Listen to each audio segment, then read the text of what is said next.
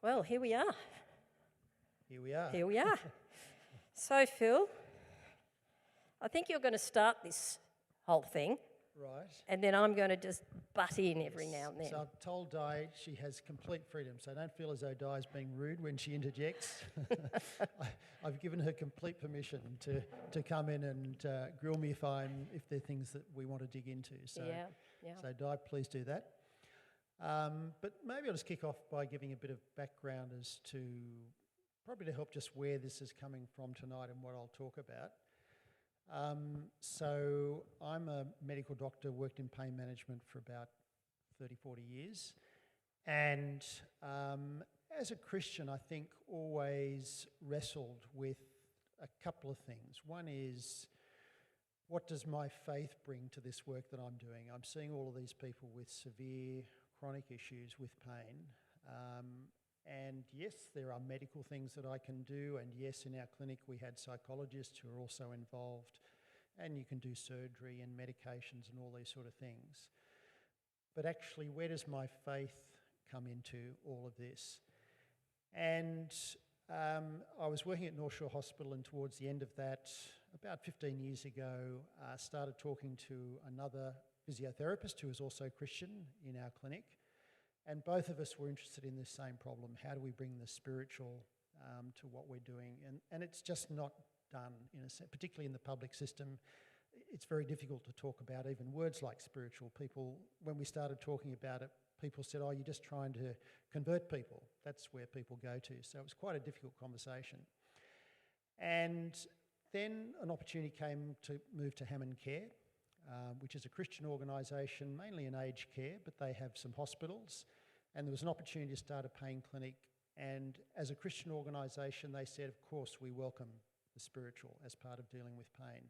So it was an opportunity for us to try and look through that and try to explore, well, how do we do that? And I guess we saw that people with chronic pain, yes, there are things that we can do from a medical, psychological perspective, but there are very deep issues that we don't address. So issues around meaning and purpose.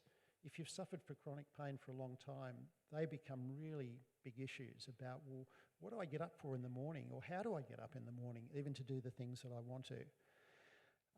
And also to think through, okay, what does our faith say to those sort of issues as well? When you get into those deep issues, what can we do? So for the last 10 years, we've been developing programs for people with chronic pain that went into those issues. And we try to say, we've done as much as we can for treating your pain, but we want to dig into these deeper issues because we know that they're really important for some people and they're not really being addressed in these other places. And the interesting thing was, from a pain point of view, is that when we did that, we had a strong focus on things like meaning and purpose, but people's pain actually got better at the same time. So even though we weren't strictly focusing on relieving pain, when we started to talk about those things and talked about what we can do, actually people's pain also responded. And following on from that, I've done a lot of work with people with spinal injury, pain after spinal injury, and we got a grant to do similar sort of work for people with spinal cord injuries, not necessarily with pain, but of course they're facing those same deep issues about, if I have a spinal injury, how does that affect what I get up for in the morning? My whole life has changed. I can't do what I did before. How do I move past this? So there was an opportunity to develop a program for people in that sort of situation. And just very heartening to see the way that people appreciate it and just saying, we just don't have an opportunity to talk about these sort of things in this sort of way. And then following on from that, our palliative care people said, we'd love you to work with us to translate this to people who have a diagnosis of a terminal illness, because it's a different question, but still it's, well, now my life, I only have 3 months or 6 months. What does it mean for me to deal with that diagnosis, and what do I get up for? And how do I make the most of the time that I've got? So we've done that, and then out of that, the carers of people who are bringing along people to the program said, this is such good stuff. We really need it. We're caring for these people who are with a terminal illness, and we need support, and we need to talk about those things. So that's the latest thing that we've done. So all I'm saying out of that very long-winded introduction is that, yes, we started with chronic pain, but the interesting thing is that the issues, as we move past the standard sort of physical treatments and psychological treatments, once we started heading into these deeper issues, it just seemed to apply to so many people, not just with physical pain, but from pain, suffering from all sorts of causes. Yeah. But I guess the thing is, Phil, that you've coming from a medical research background, Yep. and yet this is where you've landed. Yes. Interesting. Yeah, and I think, I've come from I was doing animal research and brain imaging studies, so again, and that can be difficult too, because you're having conversations with your colleagues, and I'm saying, well, I'm going to start looking at the spiritual, and they're sort of looking at you. Oh no, Phil's lost the plot. Yeah. He's gone off the deep end. But for me too, but how do I bring those two together as well? Yeah. So it's not being divorced from the physiological, and what I'll talk about tonight is very strongly rooted in the physiological, but it's saying that actually the spiritual is very much related to how our body works, our brain works, the science of it all, and those things actually come together. And we had somebody in a retreat that we were running a couple of weeks ago, and she said the obvious comment is actually science is only catching up what faith has been telling us for a long time. So I guess that's the nice thing about having that sort of background, is the ability to bring those two together and to see what the science is saying, and to see how what our faith says actually is tapping into some of those very neurophysiological sort of pathways. Well, shall we jump in? Yes, so that's enough of a No, that was very helpful, intro. Phil. Thank you. But that sort of gives you a background of where Yeah. I'm coming from. So I'm not going to focus so much on the standard sort of treatments towards chronic pain, although I'm happy to take questions about that later when we individually. But I'm going to take it on further to some of those other deeper issues. So, particularly how do we respond to pain and suffering? And of course we respond in lots of different ways, physically, emotionally, but there's one particular response that I want to focus on tonight, which I'm sure most of you will be familiar with, and I love this diagram. Being somebody who's done brain imaging, I love this sort of Homer Simpson and the lizard brain. So I'm sure some of you have heard of the lizard brain, that deep part of our brain that just responds very automatically to the things that are going on around us. And key as part of that is the fight and flight response, which again I'm sure many of you are aware of the fight and flight response, and as Di also reminded me when we were chatting beforehand, there's also the freeze response, which is part of that. I think they've added a whole lot of other Fs That's right. to them. Yeah. That's a trouble when you're doing these sort of things. Somebody else wants to add another. So yes, the freeze response is also very much part of this, but we're going to focus on the fight and flight. And to go a little bit into the physiology, because I can't help myself, having gone through neuroscience and studied these things, is just to look a bit at the background. So as you know, with the fight and flight, there are those two reactions. There's a threat, and it's either fight or flight. And what happens when you come across that sort of threatening stimulus is that there's a little part of our brain called the amygdala, which is very much involved in the response to threat. And when it sees something like a snake, or it could be any sort of threat, the alarm bells start going. But the other thing that's really important for what I'll talk about tonight is that, yes, that'll happen, it'll switch on, you see a snake, the snake will slither away and it'll settle down. But with the sort of things that we're talking about tonight, the snake doesn't slither away. If you have pain, or you have trauma, or you have other forms of suffering, unfortunately, it doesn't slide off into the bushes, it stays there. And so what happens is that we have neuroplasticity, a word that I'm sure a lot of you are familiar with as well, is that the brain actually changes. And so if you have a continued input from something like that, particularly a strong input, which is a threat, the brain changes in a couple of ways. One is that it actually expands. And an interesting example of this, a bit of a diversion, But London taxi drivers, they used to do what was it called? There was a word for it. The knowledge, was it? Knowledge of the streets of London. Yes, I think it was called the knowledge. That was the test, and they had to know every street in London. And somebody thought, I wonder what their brains look like.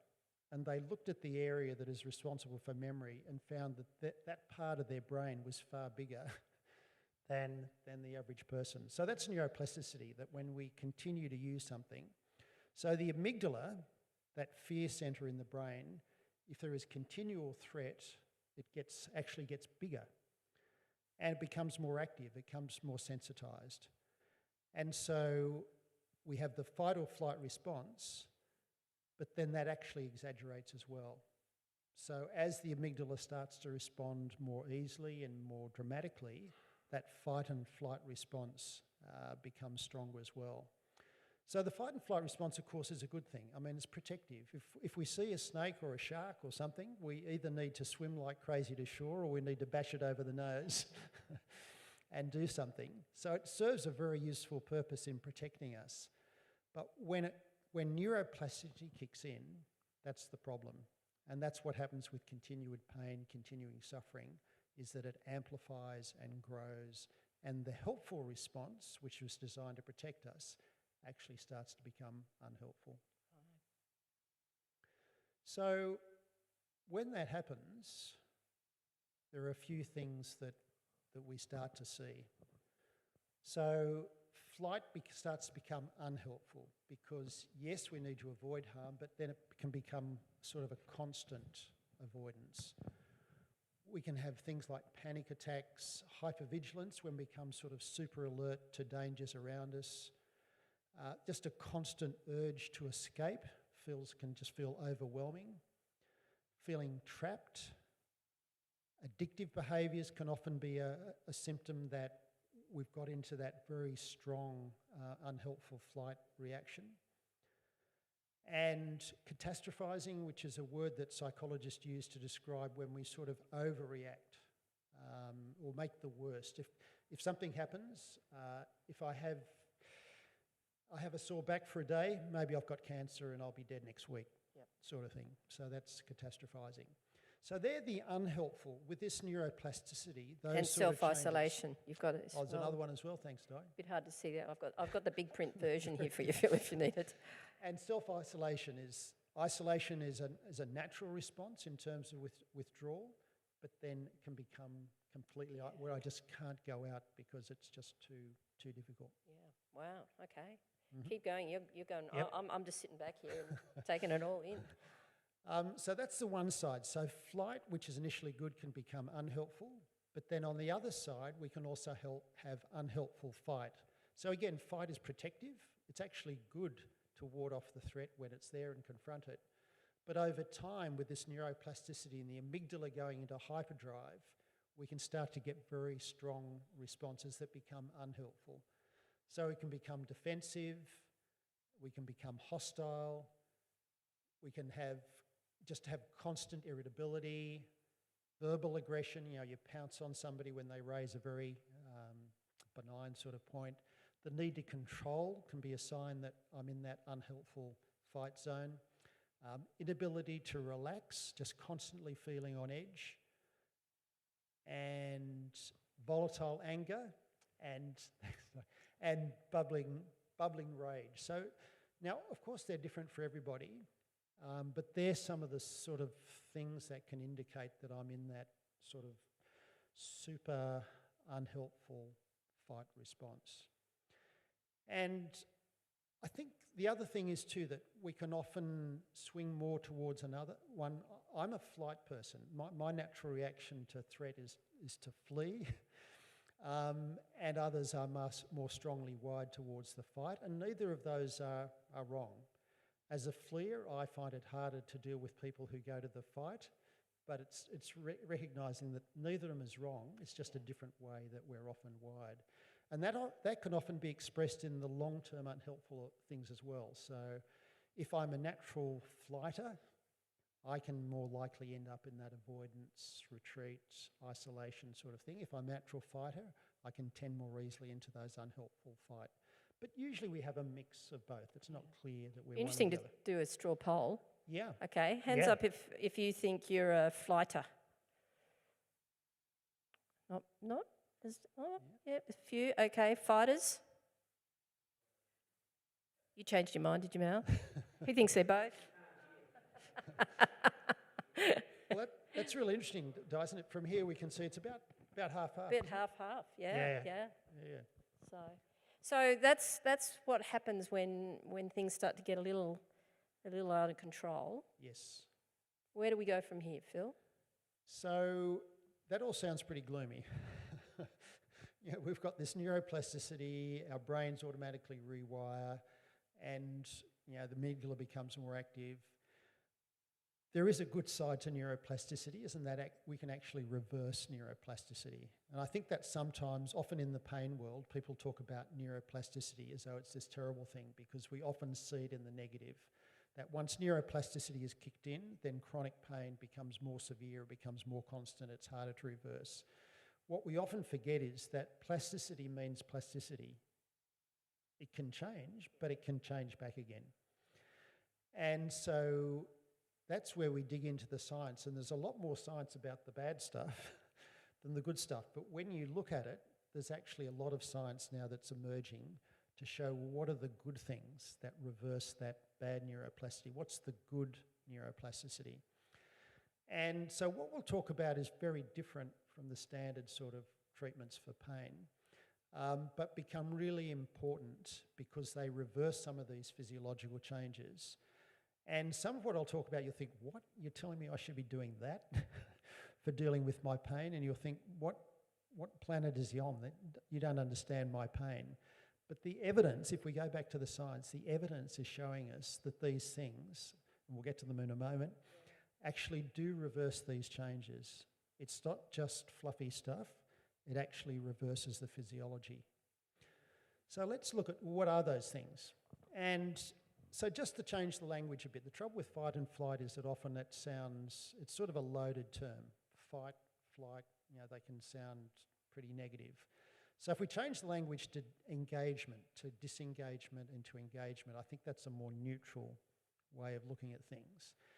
I just want to look at three things that are helpful in terms of disengaging. So rather than unhelpful flight, how can we disengage but to do it well?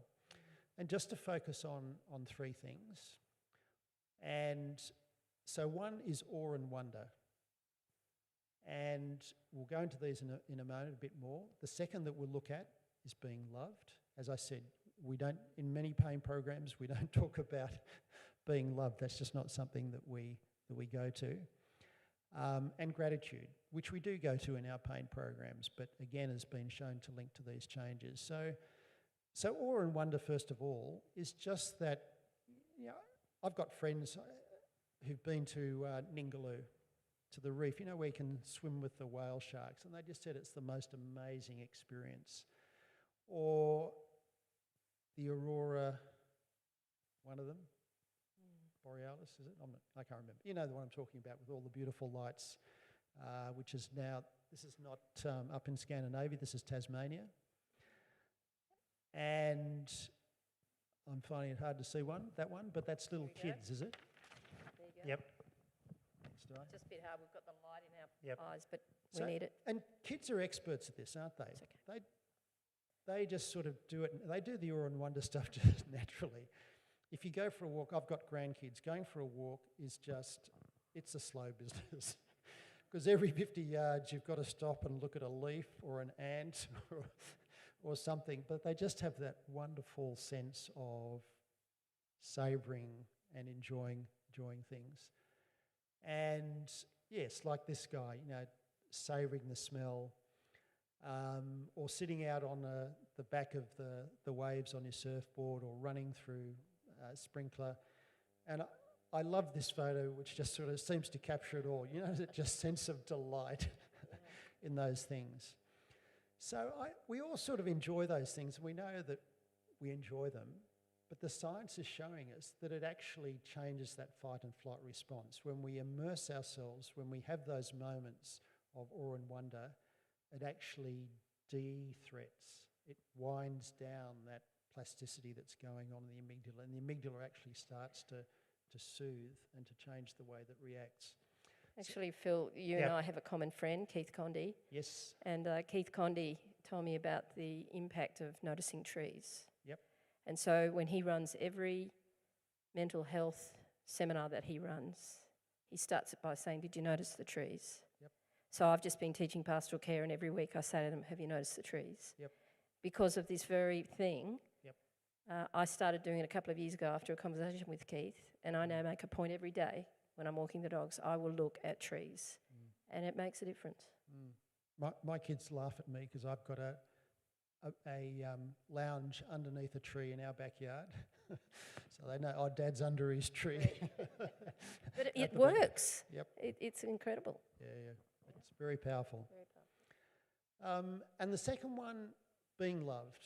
And again, that sounds funny for a talk about pain, but it is so important in terms of, again, the science is starting to show that when we have those connections, when we are with people who we know have got our back, who care about us, who listen to us, who support us, it's not just a feel-good thing. It actually changes the way that the brain is acting. It's winding down that amygdala again. So whether it's family, whether it's friends, and of course, this is again where the spiritual starts to come in, is that, of course, for us, our relationship with God.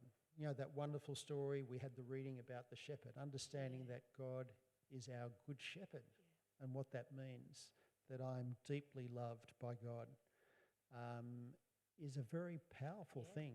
And loved by his people.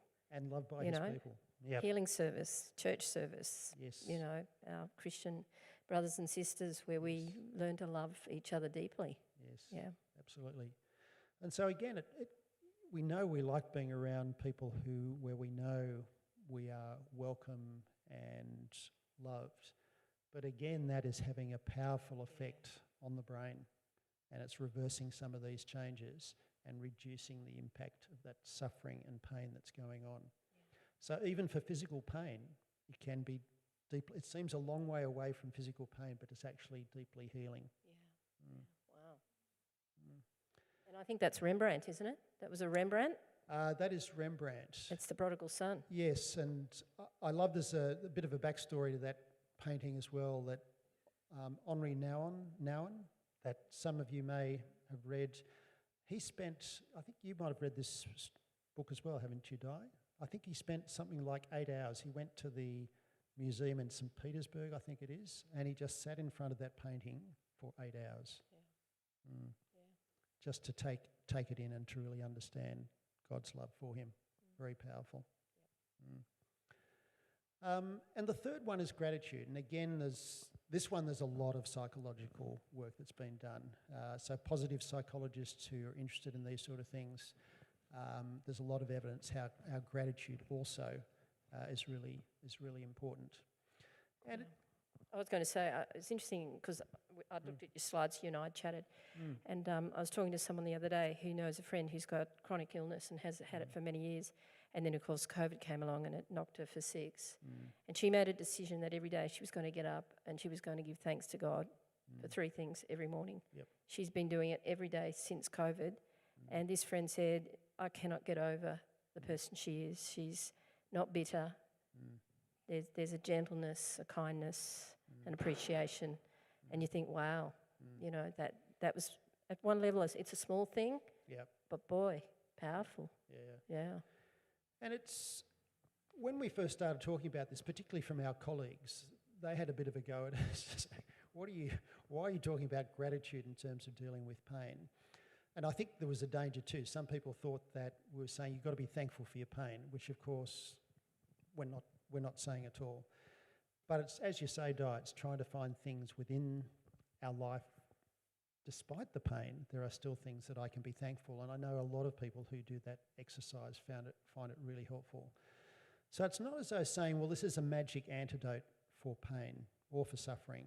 but it's saying as we practice these things, they change those pathways and have that long-term impact. It's not overnight, but as a long-term practice, it actually changes the way that we respond. And the psychologists have shown, as you've said, that there are changes in mood, that people are less depressed, they're more happy as they do that. And also, Can I just ask on yeah. that?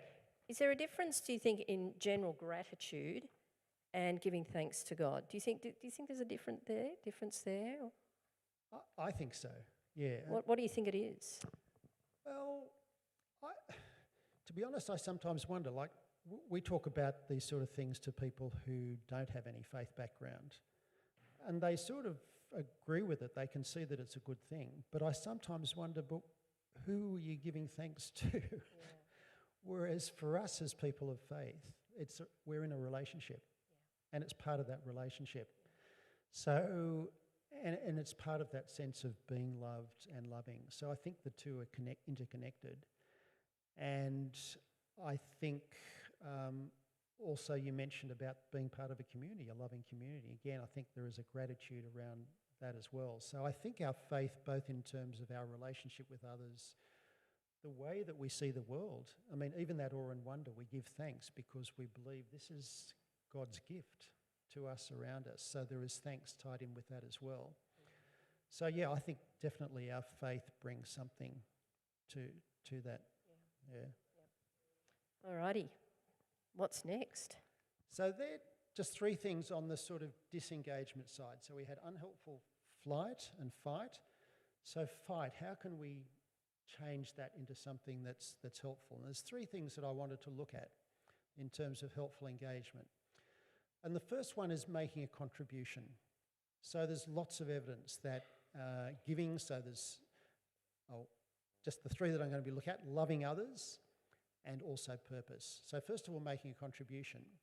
And again, going to brain imaging, there's been, people have scanned people's brains when they give, and they found that it lights up. We have what's called a reward centre in the front of our brain. So depending on what we love doing, whether that's chocolate or skiing very fast down a mountain or whatever it is, when we're doing that thing that we really love or eating that thing that we really love, that front part of our brain goes bing, bing, bing, bing, saying, I'm really enjoying this. So giving is, for those who love a bar of chocolate, giving does the same, switches on the same part of the brain as a bar of chocolate. It's just a reward centre, so we feel good. And they've compared that with people who are given something, which also is a reward. If somebody gives you $100, that reward centre goes off. But the two look pretty much the same. If you give $100, if you get $100, that reward centre is going off. So again, it's sort of linking the two, is that, again, from a faith point of view, a Christian point of view, of course, giving is central. We love because God first loved us. We know God's love because he gave his son. So giving is very much part of our faith. But again, the neuroscience is showing us it's not just a question of faith, it's actually rewiring and changing the way that our brain functions. And so, and loving others. And again, as we engage well in a positive sort of way, that involves loving and caring for others. And again, there are studies that have been done, for example, volunteering, showing that if people volunteer, their health is much better, their blood pressure is lower, they have a better mood, they live longer, people who are involved in volunteering. So that's just a sort of a one example in a sort of a very broad context. But love also, even though that's what is central to our faith, is also showing that it reverses these changes in a different way. And then lastly, just that quote as well, sometimes loving can feel big, I think. Like, I need it. And also we'll talk about purpose, and sometimes purpose can seem big. And I love this quote from Mother Teresa for that reason, is that sometimes I'm always looking for the big thing. And Mother Teresa in this quote brings it back to say it's not about looking for the big things, just doing small things with great love, and just how listening, taking the time to be with somebody, visiting them, sending them an email, is such a powerful way of demonstrating love. It's not the big things. And then lastly, purpose. And the psychologists, there's this bunch of people in Okinawa in Japan. I don't know if people heard of the blue zones, you know, these zones in the world where people live for over 100 years. And the poor people in those zones, they've got researchers landing on their doorstep trying to figure out, why are you living so long? I don't know if it's shortened their lifespan by having all these psychologists running around. And so they've identified a number of things like activity and diet and these sort of things. But the key thing is just something to get up for in the morning. And there's this concept in Japanese, ikigai. I hope there's nobody who speaks Japanese because I'm probably slaughtering that word. But it just roughly translated, it means something to get up for in the morning. And so the old people in Okinawa, they get up for small things again, to tend their garden patch, to have tea with a neighbour, to do their exercises on the front lawn. But it was just that sense of, I've got something to get up for, something to look forward to in my day. That is a reason to get out of bed. So hugely important for all of us. And of course, with pain and suffering of any sort, it's so difficult to think, well, you know, it just makes it so difficult. There are some mornings where you think, I just can't get out of bed. And that will happen, and it doesn't mean that you have to, but it's if we can find something that enables us to get up and get past that, it's hugely important again in terms of reversing those changes. And of course, as Christians, this is key, isn't it? Absolutely. Because God gives us enormous purpose. Exactly, yeah. And again, I think for me, that's been central to my faith, is that one of the big searches for me was meaning and purpose when I was a teenager. And for me, my faith helped to answer that. So yes, absolutely. I think that, yeah, God gives us a purpose which is so much better than some of the things that the world offers. Well, it's everlasting. It is. You know, the purpose we have goes on into eternity. Yeah. We make a mark here, and it's of huge significance. Yeah. So I'll just wrap up by just finally talking about, well, what do we do with these things? So we've got this moving from flight to sort of helpful things that we can do to disengage, because disengaging is actually really important, but also engaging. There's the other side, that we can't constantly disengage. Also engaging is really important. To be going out, to finding purpose, to love, to give is really important. And I love Eugene Peterson and his message paraphrase of the Bible, and there's one of my favourite passages in there, Matthew 11:28 to 30, which I can't quote the whole thing, but within that is learn the unforced rhythms of grace. Jesus' words. Jesus' words. Walk with me and work with me. Do you know the whole bit, Di? No, but I know he says, you know, it's that passage where, you know, he talks about come to me all who are weary and heavy laden. But I think Eugene Peterson says, Jesus says, walk with me and work with me in the unforced rhythms of grace. Yeah. So I just love, and I think it's so applicable to what we've been talking about, is that life ideally has that rhythm, that we have those times of disengagement where God replenishes us, restores us, heals us as we get time away, as we experience his love, as we experience awe and wonder, as we experience these things that we can be thankful for. That is deeply healing. And then that other rhythm of not staying there but moving into engagement, but recognising at the same time that engagement, when we're doing that well, actually comes at a cost. To actually get out of bed sometimes is really hard work. To give can be really hard work. So again, we need those times of disengagement as well. But in facing suffering and pain, those are the things that bring healing, but also restore us as we re-engage and go out as well. And I think, Phil, the thing that I love about this is in all of this, we have the wonderful counsellor and comforter, Jesus Spirit, who gives us the power to do these things. We're not trying to just do it on our own. we've got the wonderful opportunity of calling out to him and saying, Yep. God, please give me the strength Yep. to get up and to love people, to give, to, Yep. show me, his word is so powerful, isn't it? Yes. In giving us Yep. so much of what you've just talked about. Yep. Yeah. And I think, again, you're asking what does our faith bring to this, is that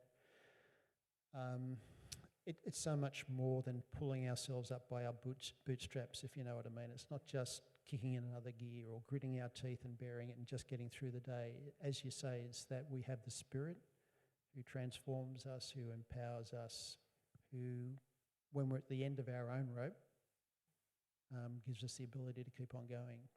Yeah. Thank you, Phil. That's been very rich. And I know you're going to be available over supper for people to come and pepper you with questions. Sure. Either on what you've talked about, but also if you have some personal things that you want to talk with Phil about. I know, Phil, you were very happy last time for people to have a chance to talk to you at supper, but also if they needed to talk further, that they were able to do that. So Absolutely.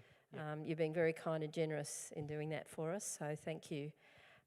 Phil, I'd love to pray for you and the work that you're doing, because this is so significant in so many areas already that you've been involved in. And I know that I've walked with you for a long time, and I know many, many, many years ago when we first talked about some of these things, and now I'm seeing what God has done through you. It is really quite remarkable and a wonderful testimony of God in the way he's given you great purpose, hasn't he? Yeah, all right. Father, thank you for the way in which you have enabled Phil to come from his medical background, but has been able to explore this whole area of chronic pain from that side of things, but also that you have shown him just how you've created us, and you know us, and you know what works, you know how we can thrive. And Jesus, your words tonight that we were reading, that you are our shepherd who wants to give us life, and life to the full. And we thank you that we've got just a down payment of the inheritance that is going to be ours when this world comes to an end, so that even what we are doing now, despite the struggle and the brokenness of our world, we have such a rich inheritance in store for us. The green pastures that you promise us, they're just going to be extraordinary as we enjoy the new heaven and the new earth and new bodies. So thank you for Phil's part in helping people to keep going, to keep both Christian and non-Christian being able to deal better with their pain. And we ask that you keep blessing him in the work that he's doing. For your name's sake, Jesus. Amen.